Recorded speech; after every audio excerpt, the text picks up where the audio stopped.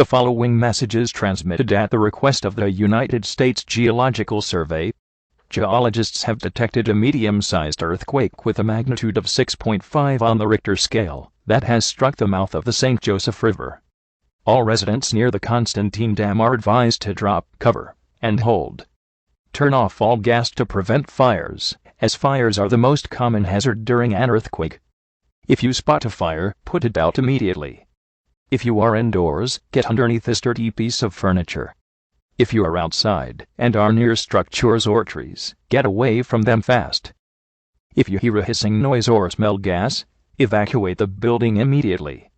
Grab all your loved ones and essential supplies for your shelter, such as non-perishable food, water, clothing, medical supplies, a first aid kit, a fully charged cell phone, phone chargers, toiletries, important documents, and a battery-powered radio or hand-cranked radio during this emergency.